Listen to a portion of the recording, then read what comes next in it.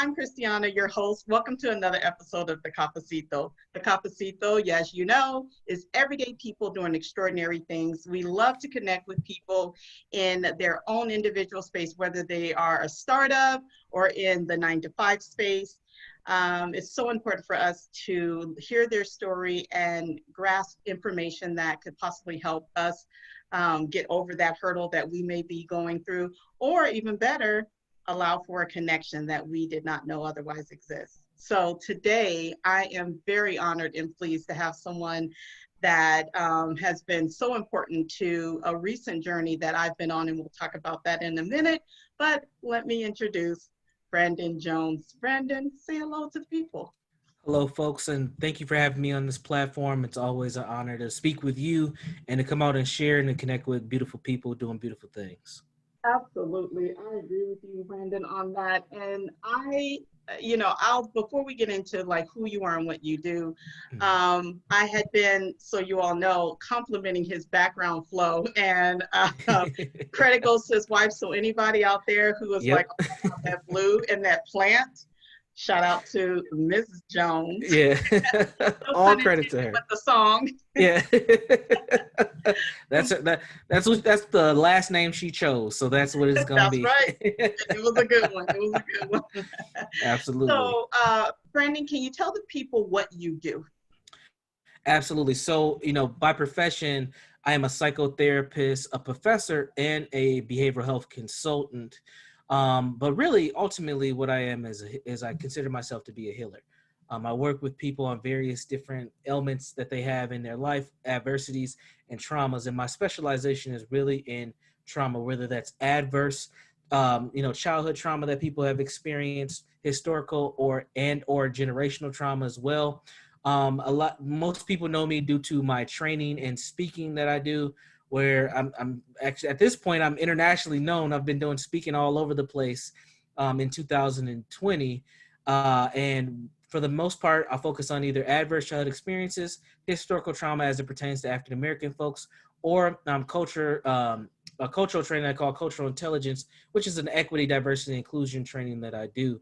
And I've been in the mental health field since 2007. I've been in the nonprofit world since 2009. And I've been on my own kind of side hustle LLC journey since 2013. I have 2 master's degrees, which is way too many. You don't need as many master's degrees to do what I do. I'm a little bit of an overachiever when it comes to education. My undergrad, I got a degree in sociology from the University of Minnesota. Then my first master's in community psychology from a school in Minnesota called Metro State University. And then my second master's degree is from Adler Graduate School in psychotherapy with the emphasis on marriage and family therapy.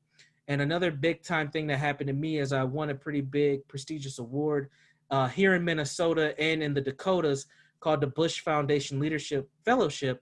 And with that, it really opened up all these doors to do cool stuff. And I started to think of all these alternative ways to disrupt the mental health field and provide healing from a non-Eurocentric way. Because when I work, the most of the folks I work with are Black folks. And one of the things that has been a big turnoff to a lot of the people that I encounter and work with is this kind of sterilized medical model of Right. addressing mental health. So I try to do it in a different way that's not so intimidating or over people's head and still get the healing that people need. So I do a lot of different things. I try to do them in many different facets, and that's just a little bit about myself. I mean, you do a lot of different things, but they all cross-pollinate with one another, right? Correct. And the one thing that I really appreciate about you, Brandon, is that even though I know you call it overachieving, but I think what your overachieving has done is just broaden your breadth of knowledge base to see the gaps. I mean, not necessarily provided you maybe more information necessary to do more, your work in a better space. I think it has also allowed you to recognize that there are areas of opportunity to advance the approaches that are used in this space, but moreover, structure or create, because it's not even there, create a structure that will work best for Black and Brown communities, specifically the Pan-African, which is what you're targeting. So I thank you for your commitment and investment and all of that. Just so you all know, this is how he and I met. You know, I'm a proponent of reaching out, leaning in, taking risks, because you never know where you're going to find the help, the guidance that you're seeking. A couple of weeks ago, I lost a dear family friend of mine to mental health issues. And without going into depth in it, I was in search of information because I was struggling to understand how this could happen, because we were so close and he was so involved in the mental health space. And what I discovered was something called epigenetic trauma. And I didn't recognize it at all. So I deep dived a little bit more, and in my quest, I found Brandon online. And from there, I found this PowerPoint where he was talking about Afrocentric epigenetic trauma. And that is just what made me reach out to him directly. And now you all see him here. But he and I had a lengthy talk about some things that I was struggling with, and he helped guide me. And I was so grateful for that. So thank you for the opportunity to speak with you publicly, because I feel that this work that you're doing is necessary for not just individuals, you know, to understand what epigenetic is and trauma. And we're going to get in that in a little bit, but also to demystify the language around mental health and mental wellness as it relates to our community of color. So Absolutely, absolutely, and it's a struggle. You know, whenever I come into spaces and I start talking mental health, people are like, I ain't dealing with mental health. What is that? But when I talk about healing and feeling better and functioning differently, changing your behaviors, then people's ears perk up a little bit and they're a little bit more receptive than talking about mental health. Mental health does carry a stigma, and that stigma is for many different reasons. And when it comes to people of African descent, really those stigmas come from: one, there's not enough providers that look like us. Two, there is a history of medical systems abusing people that look like us. Three, sometimes we don't have insurance that covers mental health, mental health services, and it's not cheap. It is not a cheap expense, and many people have to make a decision on: am I going to take care of these needs, or am I going to pay for this to take care of my health? That's a hard decision for a lot of people to make. Their mental health, not even their physical health. It's a hard decision for people to make. And then the other thing that I think is very concerning when it comes to therapy is there's just not enough information that we know about it.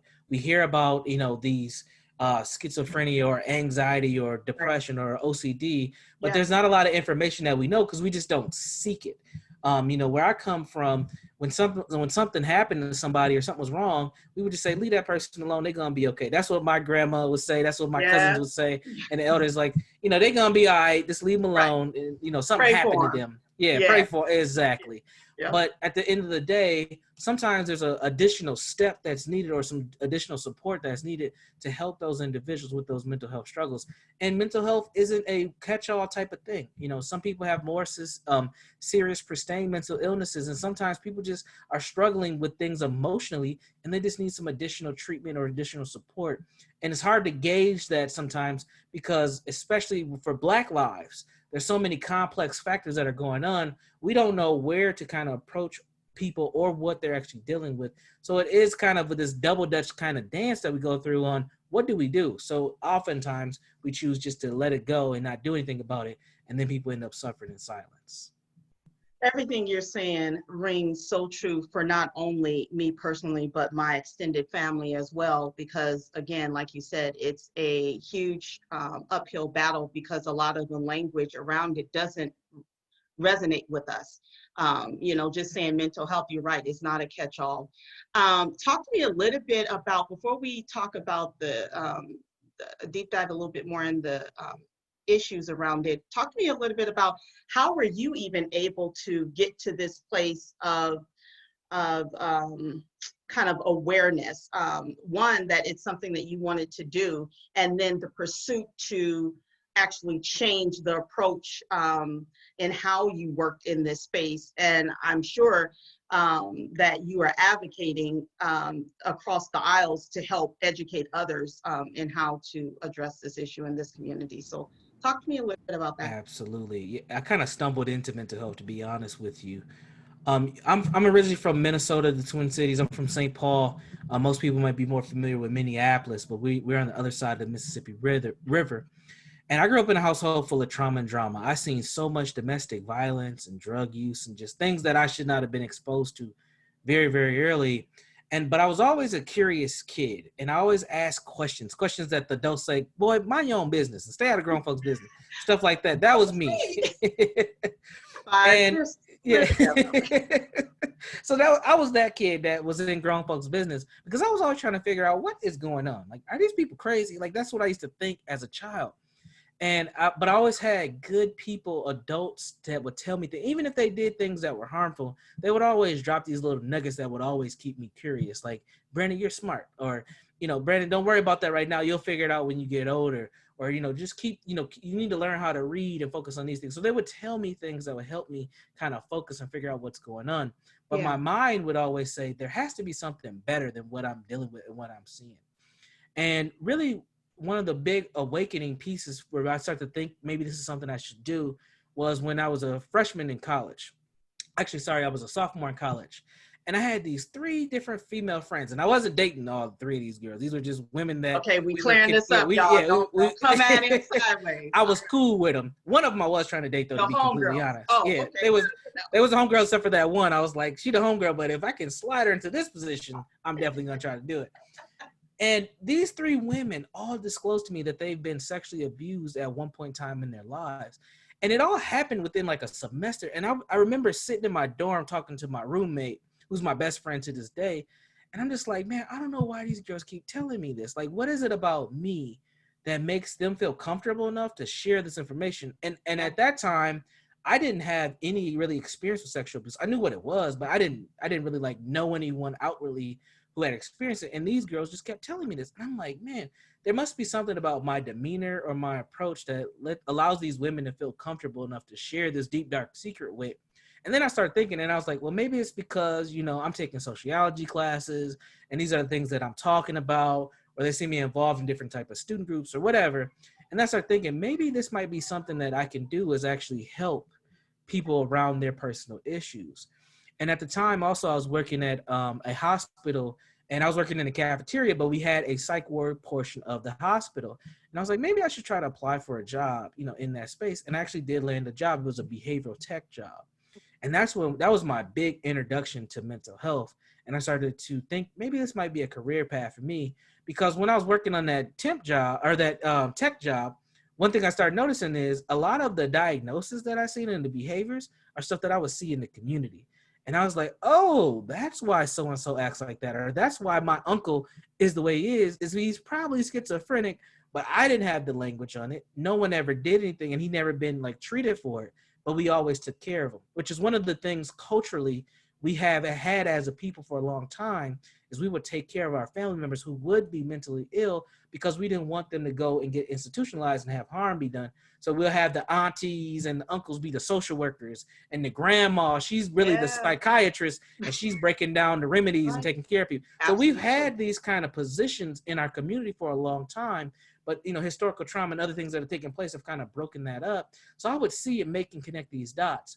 But the biggest thing that really made this kind of a center point for me was when I was taking my first master's program, and I was working on my master's thesis, and I met this man by the name of Sam Simmons, who's a local behavioral health consultant and pretty much my mentor and my guide at this point.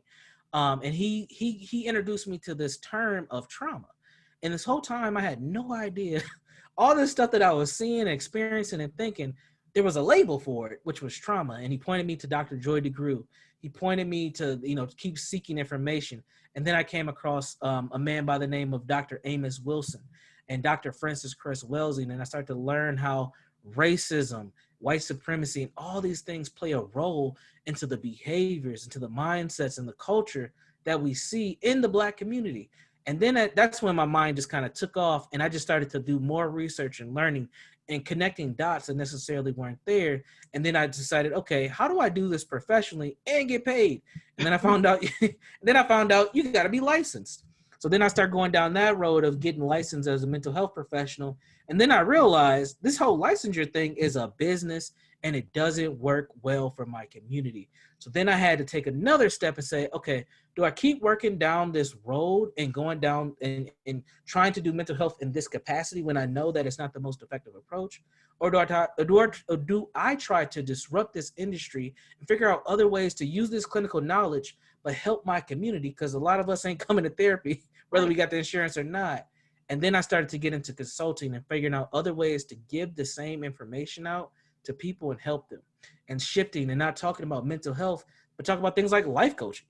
We're talking about it's helping you get your life together, things that Black people already say and engage in and are a little bit more willing to listen to. Now, there are some Black people that I will work with on an individual basis where I'm like, okay, you need to go see a psychiatrist or you need to go talk to a licensed professional because the issues and things that you got going on need to be clinically diagnosed. And that's when I start to make that connection. But them having that experience with me first helps ease that kind of skepticism that they have of the system. So I've kind of figured out a niche and a way to connect and be that bridge between the clinical world and the actual community. And that's kind of how I've got to this point where I'm at today. Wow, it's very intentional, but also you took on a lot of different layers in what you were sharing right now. So when you were talking about the bridge that you have become, or the gateway or the gatekeeper, if you will, to helping Black Americans kind of open up to share the trauma that they've experienced, that they're currently experiencing, and maybe what that's connected to. How does that unfold? How do you do that? Because for me, and when I came to you, I knew I had experienced recent trauma, but I was in search of trying to place it somewhere, like to understand how to heal through it, because it just, every time I turned on the TV, every time I connected with someone, it was yet in my face again, in different ways. But so like, how do you bring someone in, a Black person, into this space and hold space for them and help while they, kind of unfold everything that is being given to them? Absolutely. One thing that I kind of glossed over that I want to make sure that I highlight is I had to do my own work first. So I went to therapy. That was, I said, if I'm gonna be on a couch, if I'm gonna be this person with these degrees and accolades that are helping people, I need to deal with my own stuff. Like I gotta deal with my own stuff. So I went to therapy. And I went to therapy till I thought I was comfortable enough to start talking about issues with people where it wasn't gonna affect me to a level where I couldn't be helpful. So I did my own therapy for about 1.5 years, just individual. And then, when I got married, I made sure we did premarital counseling. And then we went to therapy even later. And it wasn't because we had terrible issues. It's because we just need to work on stuff and figure out how do we maintain ourselves, etc. So I've been a client and a provider at the same time at periods of time. So it's important that you do your own stuff. But also, one of the things that I've been able to do to be that bridge is keeping it real with people. And what I mean by that is, if something's not right, I'm going to let you know, look, this ain't right. Like, the way you're feeling is not healthy. And the people around you, they love you. They might not tell you this. And I care for you just because of the strength of who you are. But you need to go talk to somebody about this. And when you talk to them, these are questions you should ask. These are things that you need to know. And if they don't tell you certain things, then you might need to fire that person. So I like to say what the young people that I work with like to say, keep it 100. And that's just keeping it real. Because if you don't keep it real with people of color, they're going to be suspicious, and we are going to try to figure out ways to finesse the situation to our benefit, or we will just let it go. And when I learned that kind of cultural, response mechanism that we have, that opened up a lot of doors for people that would never have gone to therapy. When I'm just like, look, therapy is a weird thing. Like, it is not normal for you to go and tell a stranger your deepest, darkest secrets. Right. It's one of the weirdest things you can ever do. Right. But it might be one of the best risks you take in your life because you need help. And you need to work on things. And here are the things that I think you should try to work on in therapy. What are some things you think you need to work on? one of the things that I found for a lot of Black folks is we feel we have been conditioned that we need permission from something or someone outside of ourselves to take care of ourselves. And sometimes I see my position in the community as giving people permission to take care of yourself. You can stop doing the things you're doing because it's okay. One of the things that I've learned about us from a cultural standpoint is we do things just on the strength that we feel like we should be doing them because we don't want to feel shame. We don't want to feel guilt. We don't want to be outcasted by other people in the community because we do them. Or Like dishonor our family. Bingo. Now, good example of this. I had a talk with a young brother about a week ago, a couple days ago. 27 years old, talking about his body's in pain. I'm like, man, you too young to have body pains, man. And I said, look, you need to do yoga. He's like, yoga? This is a Black dude, right? Yo, I ain't doing no yoga. I'm like, you need to do yoga, man. You need to do some yoga. Brandon, man, I ain't doing. What my boy's gonna say about me doing yoga? I ain't doing no yoga. Like he's literally getting mad at me because I'm telling him you need to do something to take better care of your body. And I said, look. I'm gonna give you a link for a YouTube video. I want you to just, when get into a space where ain't nobody around, go in there, put some basketball shorts on a tank top, and do yoga. Yeah. And then let me know how your body feels the next day. Just send me a text, let me know. He did it. He was like, man, I want to thank you. And I'm embarrassed, man, but I did it. He's like, I'm embarrassed, but I did it. And all he needed was somebody to encourage him to do something different. But in his mind, his ideal of what's masculine, his idea of what's cool, what's acceptable as a Black male is not to do yoga because he thinks yoga is for white women who are in their 20s with their little ponytails and their Lululemon stuff on or whatever. And that's not what it is. It's right. About you taking care of your body. And it didn't even come from white folks. It came from... So again, we do your research, yoga actually came from the continent. So this is a cultural custom that one of your ancestors probably was doing before you were even a concept. Right. So but when you don't know and when you are scared to take risks because of the fear, the guilt and the shame that comes up, you don't do things to take care of yourself. So I see myself as just saying, look, challenging people, challenging their beliefs and getting them to take risks outside of their comfort zones. Because there's no growth in the comfort zone and there's no comfort in the growth zone. And one of the things that we're comfortable with is trauma. One of the things that we're comfortable with is trauma and dealing with pain. We eat pain like Skittles, and Black people expect to be in pain, and you don't have to, whether that's physical, mental, spiritual, or whatever. You don't have to be in pain. But at some point in time in our culture, we just accepted this is what we should do. We used to call Black culture the struggle. Dude, when I tell you that right there is a book, like you have said so much in that one little statement that we eat trauma like Skittles. It's something, it's like an inheritance for us. Right. That's the epigenetic piece. I mean, I am old enough to have experienced, because my all of my like 2 grades, 1 grade and 2 grades have all passed on, but I am old enough to have lived to have been around them. I was fairly young, but they would always talk about, it's hard in life, but you keep fighting, so even though I wasn't taught directly, you're Black, it's going to be hard for you. I mean, I wasn't, but it was this understanding. Right. And it was said only by Black people. Like I go into other nobody else would be talking about this was struggling like, but you press through. Even though I didn't grow up in a rich neighborhood or not even upper middle class, we were lower middle class, and poor at times, when things got really tough. But again, that language was only used in my Black house, and that was my own experience, right? I'm sure there's other households that would speak different, white, Hispanic, but I just remember my other households that I would go to did not have that same type of language about the hardship. Right. And so to your point of saying that we're so comfortable with, we embrace it, we expect it. And now, it's like you see it on social media all the time. And it's not just that we have known this to be our truth. The rest of the world is still going on while Breonna Taylor's not getting her justice. And, we're still seeing, I don't watch a lot of TV anymore, but when I was, it was like night after night, there was always something about brutality from cops or it's a lot. Yep. And this whole idea of mental health and that term that is so broadly used, and because we don't understand it, having you here to say, okay, let me break down what mental health is. I'm going to use language that you're used to hearing, Right. right? And so it's literally you're speaking the language of our community to us Exactly.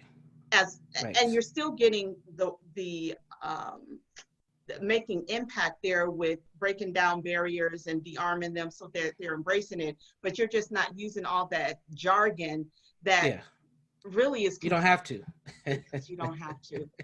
You don't So have to. talk Yeah. to me about, I want to shift gears and go into, you had mentioned earlier about epigenetic, but from an Afrocentric ideology and related to trauma. Talk to me about what is epigenetic. Yeah. So epigenetics is a newer science. Newer meaning it's really kind of blown up over the last 30 years or so. And epigenetics ultimately is a science that looks at how genes are expressed over time or over generations. And when horrific or traumatic things take place, there is a gene expression that takes place in the person's body, and when they reproduce, so they have a child, then those genes are passed down from one generation to the next. And what epigenetics looks at is the person's experience, their environment, and the lifestyle, and how those things are kind of mirrored and matched. So if you've ever taken like a class in college, a sociology class or some kind of liberal arts class, they talk about nature versus nurture. Yes. And they talk about how nature versus nurture impacts somebody. And it's been this kind of age-old question of which one has more of an influence. What epigenetics does is says both of them do, and they're equal, and they have an influence on your genes. Now, the Afrocentric kind of standpoint that I take is because, again, that's coming from a European centric place, and Europeans typically are very object focused. So it's like this thing happened because of this thing, and it's a dual thing. This is why we have Democrats versus Republicans, and red versus white, and there's always a versus. But from an Afrocentric view, it's more holistic.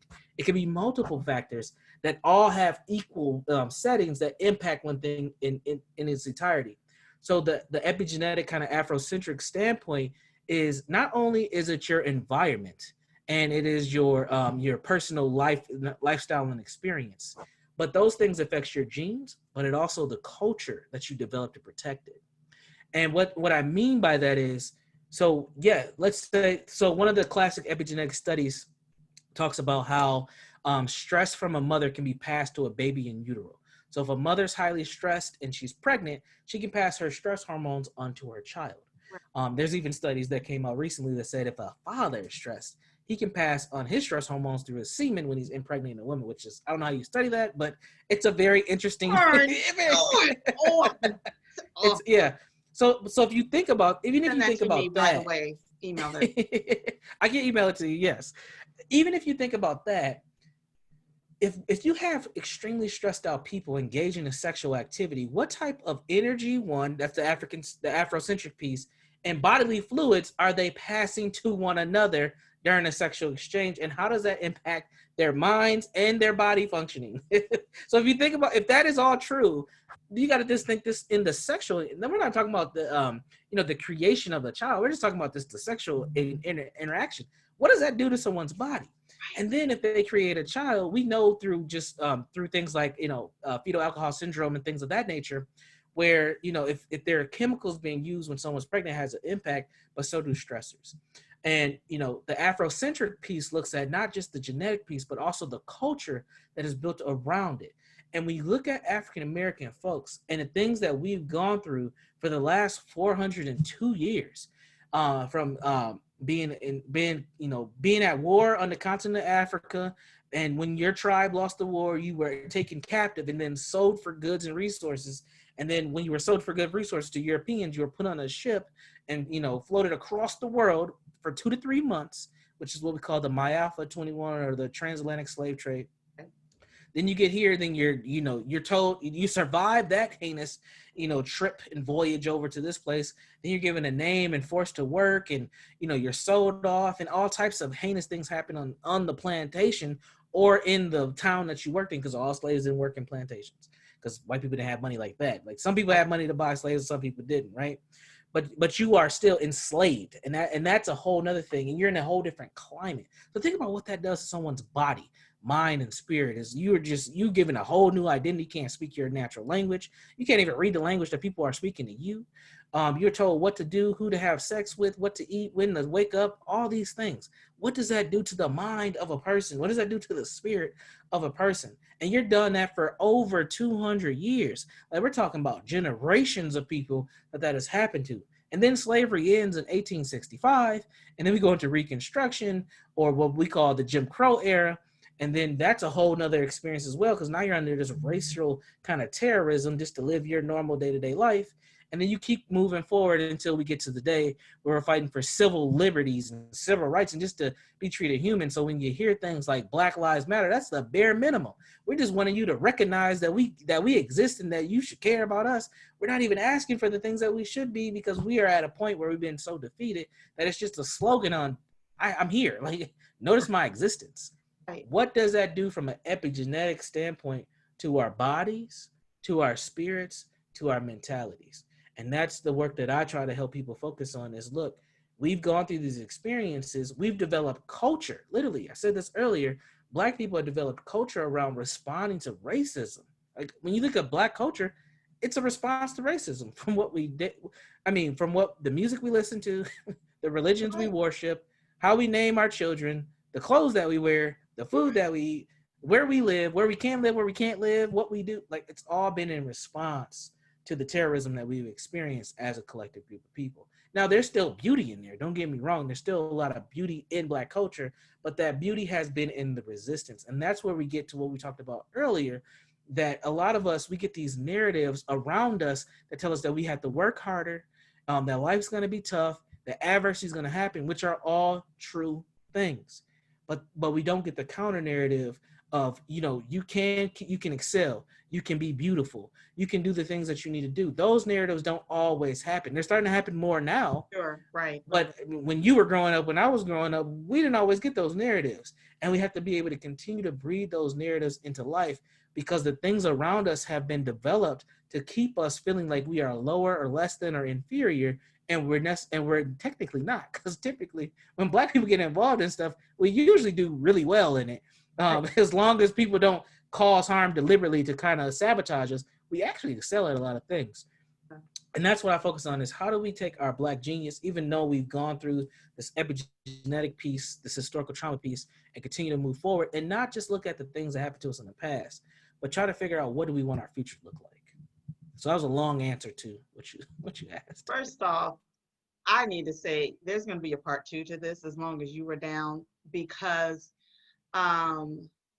this conversation is like, even right now, like I feel like we're having a session. You and I are having a session, right?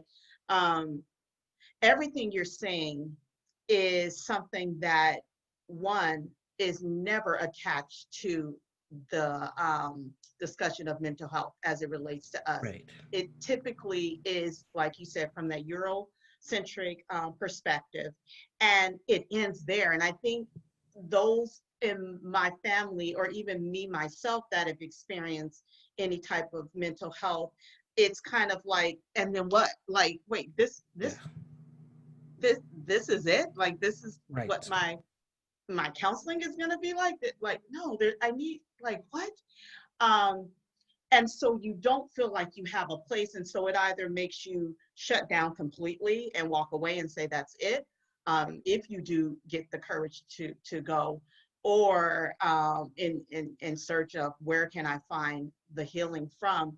Like I said, there is going to be a part 2, because I want you to go deeper into the whole, not just the biological part of, but the psychological, like the whole connecting of the mind, body, and spirit, as you are working through all these different levels of trauma. And what I hear you're saying, and the little that I have been researching, because I mean, it's a rabbit hole for me. I'm literally up to like 3 and 4 in the morning sometimes, just seeking knowledge around this. But what I hear you saying is that I am experiencing my own present day trauma, as well as my mother, father, possibly ancestors, or more than Correct. likely ancestors' trauma Correct. inside of me. Yep. Yeah. Can I just say it's a wonder that we are not literally blowing up everything? I mean, we're not, right? We Exactly. are some of the most gentle, Exactly. kind, loving. I mean, obviously, every ethnicity has Absolutely. trouble, but we are some of the most forgiving and like, where does that come That, from? I mean, that we got all this inside of us. yeah. And I'm getting off topic a little bit because I wanted to go into some of the, but just, where does that come from? How can we be so loving and generous and forgiving? I think that's been one of the things that have kept us so resilient. But it also it's a double-edged sword, right? It keeps us so resilient, but it also keeps us in this position where we take abuse, and then we say things like, "It's 2020. Why is it still happening to us?" Like because internally, I think culturally, we are such a open people. Like think about Black folks. We will let anyone in. I think about the case of Dylan Roof. Like this is a guy, a young white man too, by the way, who was able to come into a church and worship and pray with these people and then murder them, right? You don't really see Black people do things like that, one, but two, those Black people accepted him, even though in the height of all the racial tension that we had going on at that time. This is just a few years ago. In North Carolina, it was in South Carolina. It was one of the Carolinas, I think and for them to accept and to bring him in and to worship with him and to connect with God with him, and then him go like this and just shoot up the church, right? Like that is us. We will accept anybody without any suspicion because that's just who we are genuinely. I even think about Black folks that I know from the community I come from. We will accept anybody. People who murder people, people who are on drugs, who got crazy mental health issues. We will try to find a place to take care of you because that's what we do as a people. We love on people. We don't hurt on people, even in the midst of our own pain. And I think that even though that's beautiful, that's a part of our detriment is that we care a little bit too much for everybody. And I'm not saying that means we should stop caring for people. We do need to, at some point, we're going to have to draw a line on where do we allow this pain to keep going for us and how do we take the best care of us. Now, I think that starts more on the individual basis. This is why a lot of us get into unhealthy relationships and we end up in codependency relationships with people and organizations when we get abused at work and all types of stuff because we just care so much. And at some point, we have to take better care of ourselves and not allow ourselves to get abused and not allow ourselves to expect to have our lives be in shambles or our lives to be difficult. Your life is supposed to be abundant. Your life is supposed to have joy. And if you're someone who's struggling to find that, you have to look within yourself to figure out what is going on that I need to fix so that this doesn't keep happening to me. And you're right. The things that Black people have gone through, there are ethnic groups that haven't gone through 25% of what Black Americans have gone through that are no longer on this planet anymore. So there's something about our genius, something about our purpose here on this earth that means something higher because we don't have to be here. And we might, there's a good chance that, we shouldn't be here given the things that we've gone through, but somehow we've managed to continue to move forward, to continue to advance culture. You don't have an American culture without us. You don't have America really without us. And we still stand with grace. We still try to be as American as we can. But at some point, there comes a breaking point. I think that's where we're at today, where we're seeing things like enough is enough. And we're getting frustrated because what more can we do and give before we actually get to be treated better? we're doing a part two because I'm already at time and I'm so frustrated. We're going to do a part two because part two, I want to talk more about um, how do we look at trauma in a way that is not just embracing it, right? Acknowledging, maybe that's the point. I want to talk about how do we heal in a holistic way, individually and then collectively. And by collectively, I mean also within our home environment and then Absolutely. outside to the greater community. But yeah, there's going to be a part two. Will you you come because I Absolutely. I'll come back. like I there's just too much for us to talk about that I think again this conversation, and you know, here's the thing, I'm all about having conversations, but this conversation is actionable. You know, as you're talking to me, I actually have my pen and paper. Well, it's not pen, it's actually pencil, because I was erasing some things and rewriting them while we were talking a little bit. But you know, these conversations I think need to happen on a regular basis, Absolutely. because again, to your point, oftentimes we don't have the financial capabilities to pay for certain services, which we need to be addressing. Because if you have healthcare, even if it's you know, state healthcare, I forget, Medi-Cal or Medi-Cal, Yep. Medicaid. Yep. Hmm. Medicaid, thank you. You still should be able to get access. And then I think the other thing that we need to deep dive into is how do we um, bring in more providers of color Absolutely. to be available to not just our community, because I know I worked for a long time in the Latino community, and one of the Absolutely. biggest frustrations there was either finding someone that was mono or bilingual, um, like effectively, but you know, because people will tell Exactly. you they're bilingual, and it's Yeah. like you're They don't asking for understand certain someone, dialects. you know, Yeah. you're Yeah. I saying know. you're Yeah. speaking Spanglish, and it's like, yo, we're talking about someone's health care. Like, you cannot jumble this up, you know, that kind of thing, which I think is so dismissive and disrespectful. But there's just so many different layers. So I definitely Brandon want tell you you where to come find back. him, because we're gonna bring him back. But maybe I should, you know, for these people here, how can they find you, Brandon? Sure. On Instagram, Twitter, and Facebook, you can just search by Brandon Jones. You can connect with me in those social media platforms. You can also look me up on LinkedIn as well. And then if you want to see any of my content or connect with me via email or anything of that nature, you can go to my website. It's www.jegna.org. That's JEGNA.org. Again, JEGNA.org, and you can find me there. I look forward to connecting with you all and coming back onto this platform. Anything you need from me, Christina, just let me know. I will definitely do that. Actually, I'm gonna send you a link so you can be on our membership page as well, because a couple of people who was on here today, and also RSVP to watch the recording, are on the platform. So I'll send the link to you. Email me your number, and or no, I'm gonna send it to you via email. Yep. Yeah, Okay. Sounds good. because you can download it on an app on your phone, but you can also have it on your computer. Thank you, Brandon. I'll send a link to you so we can reschedule for part 2. Sounds good. Take care, everybody. Be Bye. well. Bye-bye.